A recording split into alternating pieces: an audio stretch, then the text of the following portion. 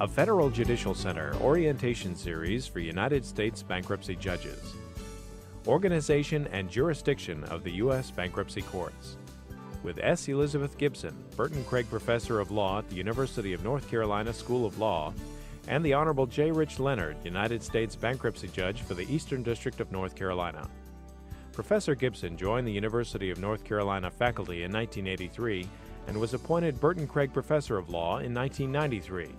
She received her BA from Duke University in 1972 and her JD from the University of North Carolina in 1976. Judge Leonard was appointed to the court in 1992. He received his BA from the University of North Carolina in 1971 and a Master's of Education in 1973. He received his JD from Yale in 1976.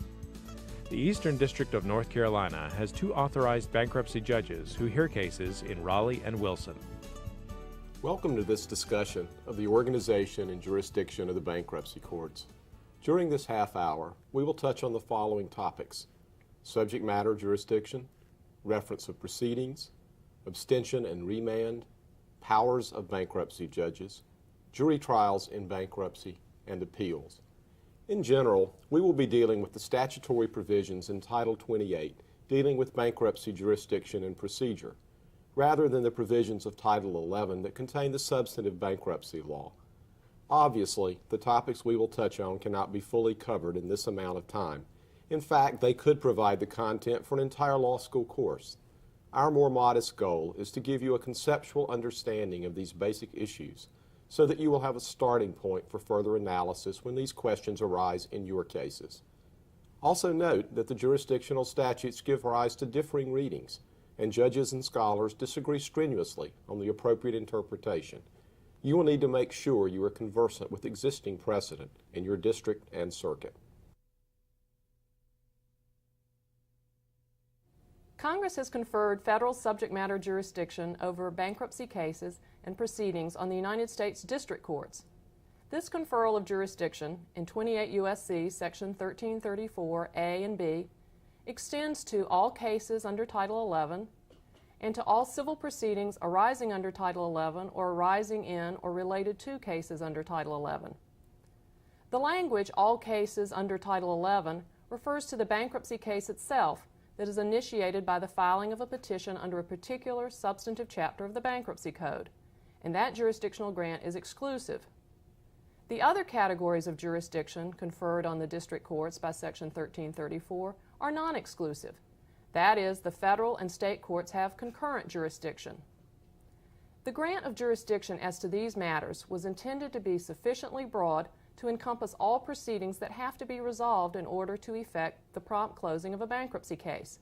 As Judge Leonard will discuss in a few minutes, although Congress conferred bankruptcy jurisdiction on the district courts, it authorized much of this jurisdiction to be exercised by the bankruptcy courts. In order for a bankruptcy or district court to determine whether a particular proceeding falls within bankruptcy subject matter jurisdiction, only the outer boundaries of Section 1334's jurisdictional grant must be considered. For this purpose, it doesn't matter which particular category a proceeding falls within, so long as it's at least related to a bankruptcy case. Judge Leonard, how do courts generally determine whether a proceeding is related to a bankruptcy case? Generally, courts have given a broad interpretation of the term related to. Under the generally accepted definition, a proceeding is related to if its determination will have an effect upon the bankruptcy case or its administration. Three types of effects meet this test. If the proceeding will determine a claim against the estate, it is clearly related. Similarly, if it concerns a claim that the estate may have that will bring assets into the case, it is related. In both of these instances, the estate is a party to the proceeding, and it's easy to see that the related to test is met. The more difficult analysis comes with the third category, those cases that have an effect upon the administration of the estate. In these cases, the estate is often not a party, but the assertion is made that the resolution of the action between two non-debtors will so affect the estate that it falls within bankruptcy jurisdiction. Suits involving guarantors or joint obligors of the debtor often fall into this category. Although many proceedings will clearly have an effect upon the bankruptcy estate, and thus will be found to fall within bankruptcy jurisdiction, cases at the margin raise difficulties. Four main problems have arisen in applying the effect upon the estate test. First, it's important for the court to distinguish between the debtor and the estate. To come within bankruptcy jurisdiction, a proceeding must affect the administration of the bankruptcy estate or the discharge of a debtor. If a proceeding only affects other aspects of the relationship between a debtor and its creditors, it's not related to a bankruptcy case and thus not within bankruptcy jurisdiction. Sometimes this distinction turns on matters of substantive bankruptcy law. For example, in a Chapter 7 case, a proceeding by the debtor or against the debtor that arises after the filing of the petition will have no effect on the bankruptcy estate. Any judgment obtained would be neither property of the estate nor a claim against the estate. By contrast, in a Chapter 13 case, a proceeding by the debtor that arises after the filing of the petition will have an effect upon the estate. The Chapter 13 estate, unlike that in Chapter 7, includes property acquired by the debtor while the bankruptcy case is pending. The second caution that should be noted is that the court must be careful to focus on who the debtor is. To come within the bankruptcy court's jurisdiction, a proceeding must affect the estate of the debtor, the person or entity that filed the bankruptcy petition, and not some related entity. For example, where the debtor is a partnership, an action brought by or against a partner who hasn't filed for bankruptcy will probably not affect the partnership's bankruptcy estate, and thus the proceeding does not come within bankruptcy jurisdiction. The situation concerning proceedings among non-debtor parties raises the third problem in applying the effect upon the estate test. How likely does it have to be that the proceeding will affect the bankruptcy estate? Does it suffice that the proceeding could conceivably have an impact on the administration of the bankruptcy case, or must a more certain effect be identified? The courts of appeals are divided on this. The Sixth Circuit, for example, has held that mass tort claims against a Chapter 11 debtor's co-defendants will fall within related to jurisdiction because of the potential contribution and indemnity claims by and against the debtor resulting from such actions. The Third Circuit, by contrast, has rejected related to jurisdiction over a suit between non-debtor parties, even though it was likely to be the precursor of an indemnification claim against the debtor. The court reasoned that the proceeding in question would not automatically establish the debtor's liability, and thus the bankruptcy estate would not be affected by the action. Similarly, courts are divided over whether, to fall within related to jurisdiction, a proceeding must affect the legal rights of the estate, or whether some less formal, more practical impact will suffice. Finally, if a proceeding involves multiple claims and parties, the court must be careful to determine whether subject matter jurisdiction exists as to each of the claims. The possible basis of subject matter jurisdiction might be a statute other than Section 1334. For example, 28 U.S.C. Section 1367 gives the district court supplemental jurisdiction. That grant extends to claims not otherwise falling within federal subject matter jurisdiction that are sufficiently related to claims within the court's original jurisdiction to form part of the same case or controversy. Thinking about the possibility of a federal court hearing a claim only because it is related to a claim that is related to a bankruptcy case is enough to boggle the mind. But even if the district court can exercise supplemental jurisdiction under such circumstances, courts are divided over whether bankruptcy courts have such authority. A number of courts have held that supplemental jurisdiction is not within the scope of the jurisdiction that may be referred by the district court to the bankruptcy court, a matter to which we now turn. As we have already seen, Sections 1334A and B confer bankruptcy jurisdiction on the district court. Section 151 of Title 28 spells out that the bankruptcy judges in any district shall constitute a unit of the district court known as the bankruptcy court for the district. Section 157A then authorizes the district court to make a wholesale reference to the bankruptcy court of all cases arising under Title 11, all proceedings arising under Title 11, or all cases related to a case under Title 11. Virtually, without exception, every district court has done so. At this time, only in Delaware, where Chapter 11 proceedings are currently being randomly assigned among both district and bankruptcy judges, is the practice of complete delegation not in place. Thus, bankruptcy judges have plenary authority over all matters coming within federal bankruptcy jurisdiction. Administratively, most bankruptcy courts operate as independent entities with their own chief judges, clerks, and local rules. Existing statute and judicial conference regulations circumscribe the extent to which administrative services may be consolidated with those of the district court. In reading the jurisdictional provisions of Title 28 dealing with bankruptcy, it is useful to think of district court as meaning bankruptcy court, except where the context clearly requires otherwise. Because of the complete delegation of bankruptcy jurisdiction, it is bankruptcy judges who in the first instance try to parse out the jurisdictional requirements of Section 1334, or determine whether to abstain in a matter or remand it to a state court. On the other hand, there are instances where the statutory context clearly means district court when that term is used, as in the instance of appeals or withdrawal of reference of proceedings from the bankruptcy court or the trial of personal injury or wrongful death claims. Judge Leonard, isn't it the case that there might be some ambiguity concerning cases involving the debtor that are already pending in the district court when the bankruptcy case is filed? The question that may come up is whether such cases are automatically referred to the bankruptcy court for the district upon the commencement of the debtor's bankruptcy case. Whether the action is one brought by or against the debtor, it would generally fall within the scope of bankruptcy jurisdiction and thus come within the terms of the order of reference. Thus, it would appear that the district court would be divested of its authority over the case. Unless the reference was withdrawn, the bankruptcy court would be authorized to hear it. Because such a situation could be the source of friction between the district court and the bankruptcy court, as well as a source of uncertainty for the parties, some districts have local rules requiring the explicit reference of pending proceedings from the district court to the bankruptcy court. Abstention and the related concept of remand of removed cases are an integral part of the jurisdictional scheme created by the 1978 Bankruptcy Reform Act and the 1984 amendments. In those acts, Congress substantially expanded the subject matter jurisdiction of bankruptcy courts in order to allow them to resolve promptly all proceedings that must be resolved in the course of the bankruptcy case. If, however, state law proceedings can be promptly adjudicated in state court, there may be no need to have the bankruptcy court resolve them.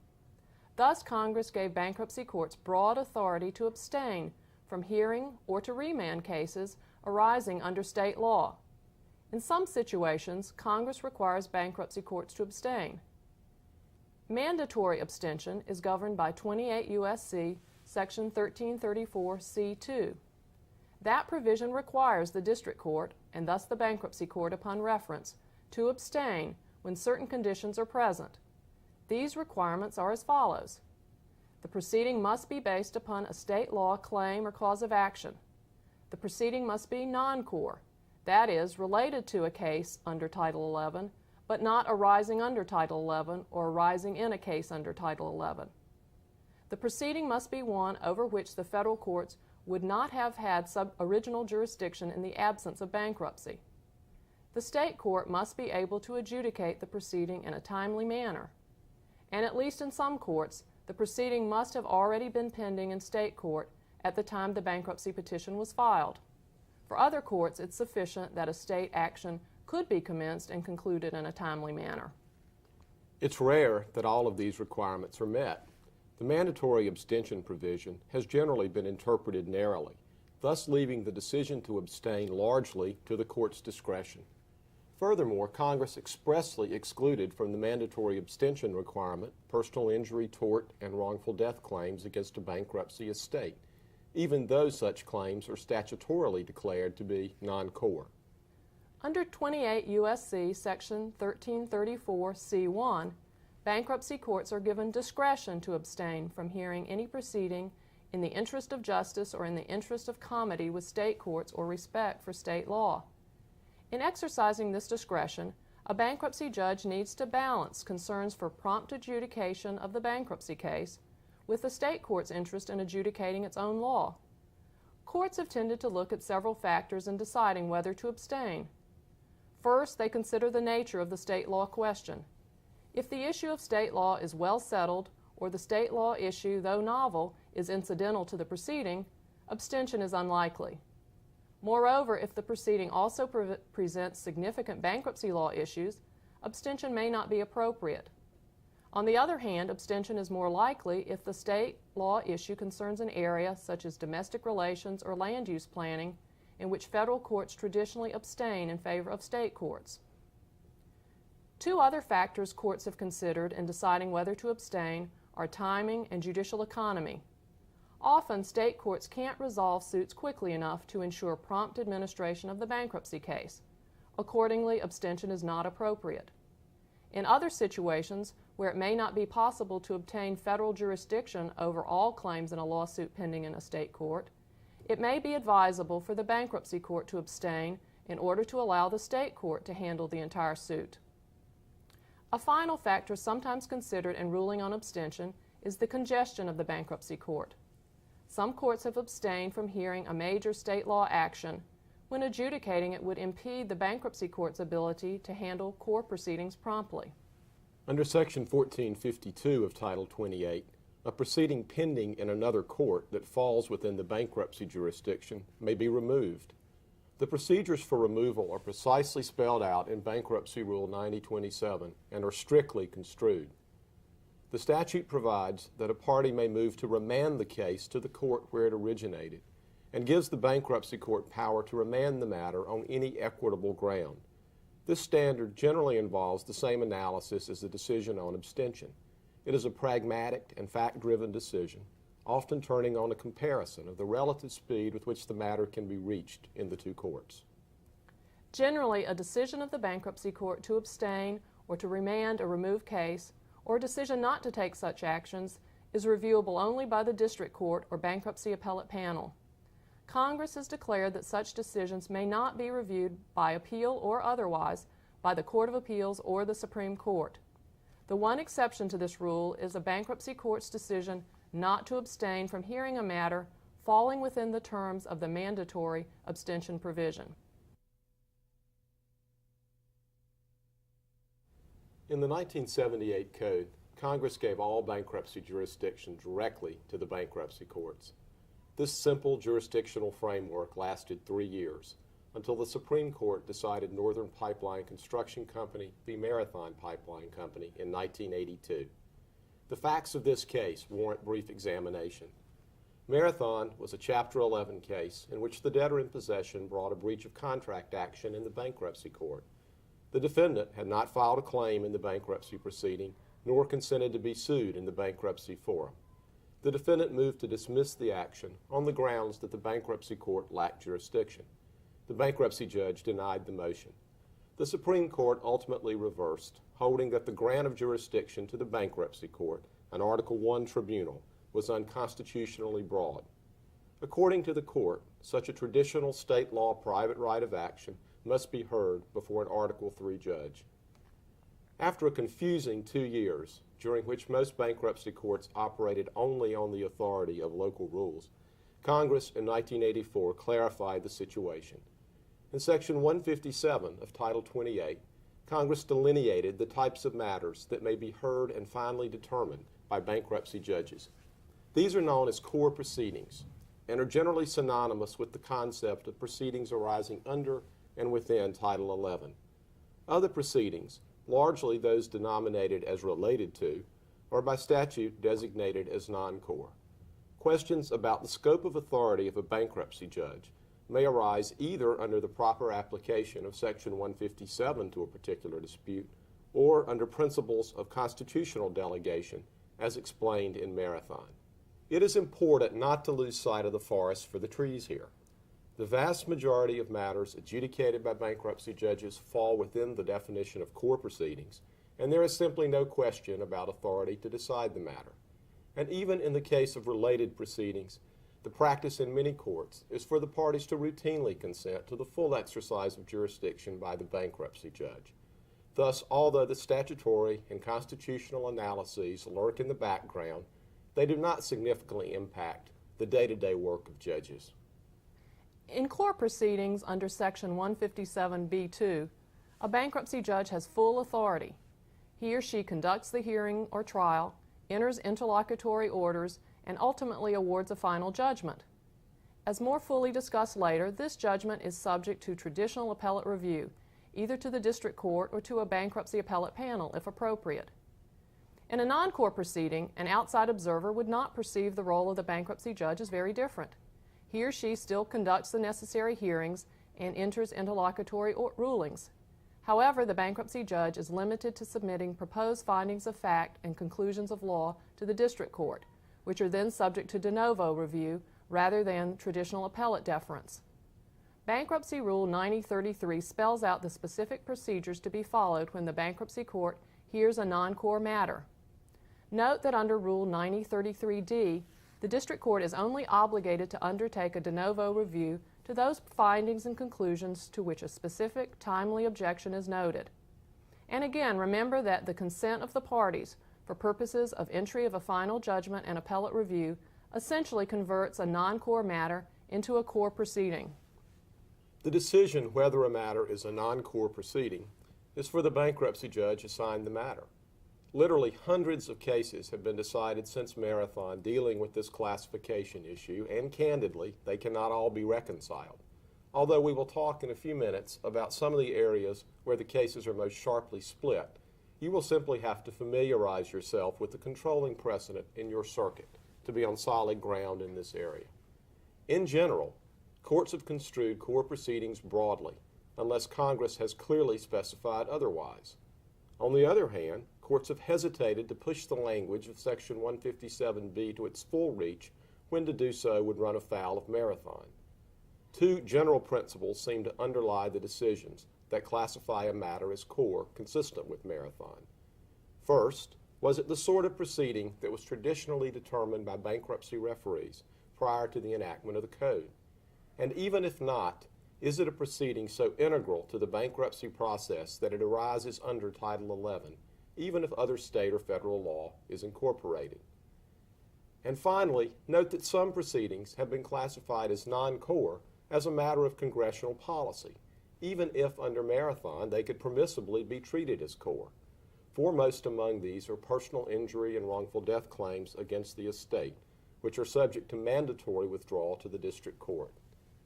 Similarly, cases that require the bankruptcy court to interpret federal statutes regulating organizations or activities affecting interstate commerce are subject to mandatory withdrawal. In practice, the ambiguity of the reach of this latter section has caused it to have little effect. There are three areas where the distinction between core and non-core has been particularly troublesome. The first comes with accounts receivable. Some courts have treated the estate's right to the accounts as a discrete property interest, subject to turnover as a core proceeding. Others have viewed it largely as a breach of contract action that is indistinguishable from Marathon, and thus must be non-core. Unless there has been an adjudication prior to the bankruptcy, it is difficult to see how this is anything other than a non-core proceeding under Marathon. A second area of difficulty has come with fraudulent conveyances. Prior to the code, these were not proceedings that could be adjudicated by the referee. Rather, the trustee was required to go to other courts and sue. Nonetheless, these are proceedings that clearly now arise under Title 11, and circuits have held that this is sufficient to classify them as core. However, as will be explored more fully later, this analysis has been muddied by the Supreme Court's holding that despite the classification as core, a defendant in a fraudulent conveyance action may retain a right to a jury trial.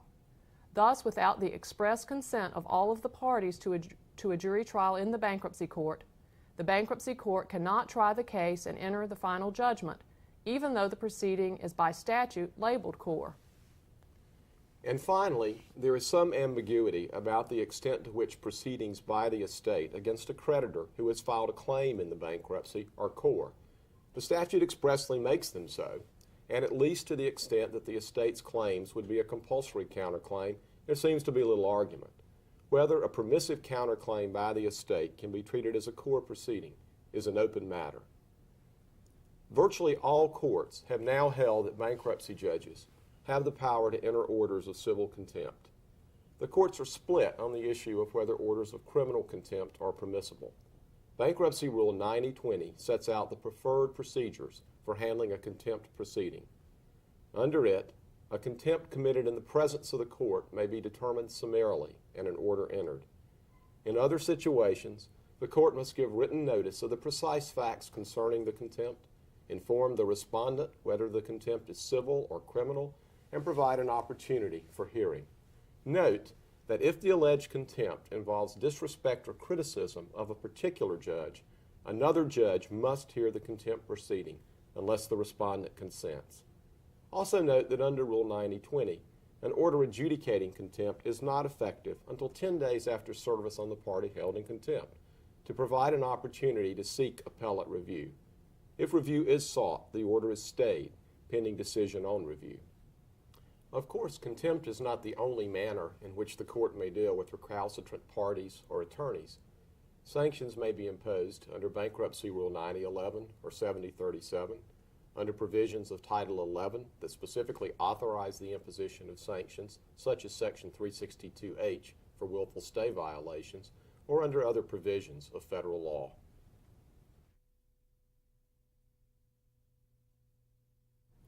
The discussion of jury trials in the bankruptcy court involves two distinct issues. When is there a right to a jury trial in a bankruptcy proceeding, and under what circumstances may a bankruptcy judge conduct a jury trial? Fortunately, in recent years, Congress has provided statutory guidance concerning the latter issue. The first issue remains complex and somewhat uncertain. Determining the existence of a right to a jury trial in a bankruptcy proceeding usually requires a constitutional analysis. The only statute addressing jury trial rights in bankruptcy, 28 U.S.C. Section 1411, appears to confer such rights only with respect to personal injury and wrongful death tort claims. For all other matters, the only possible source of a right to a jury trial is the Seventh Amendment. In its 1989 Grand Financiera v. Nordberg decision, the Supreme Court held that a defendant to a fraudulent conveyance action in the bankruptcy court who had not filed a proof of claim against the bankruptcy estate had a Seventh Amendment right to a jury trial. The court reached this conclusion by applying a two-part analysis that combined traditional Seventh Amendment analysis with a consideration of whether Congress had authority to eliminate jury trial rights through its assignment of the matter for resolution in the bankruptcy court. The first step of the analysis requires a determination of whether the proceeding involves legal as opposed to equitable claims and remedies. If so, then such proceeding, had it existed in 1791, would have been heard by a court of law and would have been triable by a jury. Thus, the Seventh Amendment preserves that right, unless Congress, through its forum assignment, may eliminate it. According to the Supreme Court, the answer to that question depends upon whether the proceeding involves public or private rights. Only if a proceeding involves public rights may Congress eliminate a right to a jury trial by assigning the proceeding to a non-jury forum. In Grand Financiera, the court held that the fraudulent conveyance action before it, brought against a defendant who had not filed a proof of claim in the bankruptcy, involved private rights. But the court's opinion provided relatively little guidance about how to analyze the nature of other proceedings. In a subsequent per curiam opinion, the Supreme Court gave further explanation of the significance for jury trial purposes of a creditor's filing of a proof of claim. According to the court, such creditors bring themselves within the equitable jurisdiction of the bankruptcy court, and thus they have no constitutional right to a jury trial of the claim itself or of any counterclaims asserted against them by the trustee. While the precise scope of jury trial rights in bankruptcy remains somewhat unclear, some things are certain. Claims against the estate are not entitled to a jury trial, except in the limited situation covered by Section 1411. The filing of a proof of claim can eliminate jury trial rights. If equitable relief is sought, for example, an injunction, restitution, or specific performance, there is no right to a jury trial. Whether the proceeding is core or non-core is not determinative of the existence of a right to a jury trial, and jury trial rights can be waived. Who conducts a jury trial in a bankruptcy proceeding if there is such a right? The Bankruptcy Reform Act of 1994 provided an answer to that question. Under 28 U.S.C. Section 157E, a bankruptcy judge is authorized to conduct a jury trial in a proceeding that otherwise can be heard by a bankruptcy judge if 1, the district court specially designates the bankruptcy court to exercise such jurisdiction, and 2, all the parties to the proceeding give their express consent. Judge Leonard, what happens if both of those requirements are not satisfied? Of course, the ultimate conclusion is that the jury trial must take place in the district court. However, there is no reason the case cannot remain with the bankruptcy judge for case management and resolution of pretrial matters. For instance, in my district, the district judge does not withdraw the reference until all pretrial motions are resolved and the final pretrial order is entered. The shift of jurisdiction from the bankruptcy judge to the district judge can occur at any point in the case and requires close coordination between the two. The unique nature of bankruptcy cases make bankruptcy appellate practice somewhat distinct. Unlike a typical lawsuit where there is a clear winner and a clear loser, a decision in a bankruptcy case may impact a number of entities to differing degrees. The courts have generally been flexible in their approach to standing, allowing any party to appeal whose pecuniary rights are directly affected by the ruling. However, a party that has sat silently by in the bankruptcy court may not appeal. Standing still requires that the appellate have appeared and objected in the bankruptcy court. Under Section 158A of Title 28, appeals may be taken from final judgments, orders, and decrees, interlocutory orders, which increase or reduce times for filing a plan in a Chapter 11 case, and other interlocutory orders with leave of the district court or bankruptcy appellate panel. Finality in the bankruptcy context is given a pragmatic interpretation. It does not require that a case under Title 11 be completely concluded for rulings to be final for appellate purposes. Rather, the courts acknowledge that a bankruptcy case is a collection of discrete disputes resolved over the life of a case. An order is understood to be final if it resolves all of the issues surrounding a particular dispute, including the scope of relief, even though the underlying case continues on. Also, the collateral order doctrine is generally applicable in bankruptcy cases. Under this doctrine, a ruling is treated as final if it conclusively resolves a disputed question, the issue resolved is separate from the merits of the underlying action, and the order would be effectively unreviewable if it awaited conclusion of the case. Examples of orders held to be final are in your outline. Other than interlocutory orders reducing or increasing the time for filing a plan in a Chapter 11 case, interlocutory orders are appealable only with leave of the appellate court. Generally, an interlocutory order is one that operates procedurally and does not reach the merits of a dispute, or partially addresses the merits of a dispute but does not finally dispose of it. Again, examples of orders determined to be interlocutory are included in your outline. An appeal from a bankruptcy court may take one of two distinct paths. Historically, appeals have gone to the district court, of which the bankruptcy court is a unit. A single judge hears them there. However, Section 158B1 authorizes the circuits to create bankruptcy appellate panels, known as BAPs. At the current time, 6 circuits have created BAPs. In these circuits, the litigants may consent to take their appeal to the BAP. Bankruptcy judges assigned to the BAP from throughout the circuit sit in panels of 3. However, no bankruptcy judge may be a member of a panel hearing an appeal from his or her district. Even where a BAP is authorized for a circuit, appeals from a particular district within that circuit do not go to the BAP unless a majority of the district judges so authorize. Although an appeal to the BAP must be with the consent of all parties, note that where a BAP is in operation, consent is presumed. A party who desires to appeal to the district court must so indicate during applicable time periods. Decisions of the district court or BAP on bankruptcy appeals may in turn be reviewed in the appropriate circuit court. The law is unsettled about the extent to which a matter decided by the district court or BAP may be immediately appealed to the circuit court. Some circuits hold that if the bankruptcy order was itself final, then the appellate ruling is final without further analysis and may be appealed immediately.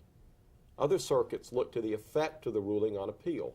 If it remands the matter to the bankruptcy court where significant further proceedings are required, the order is deemed interlocutory. You should familiarize yourself with the precedent in your circuit. The standard of review on appeal is the familiar one. Findings of fact of the bankruptcy court will not be overturned unless clearly erroneous. Conclusions of law are reviewed de novo. Finally, bankruptcy appeals move swiftly.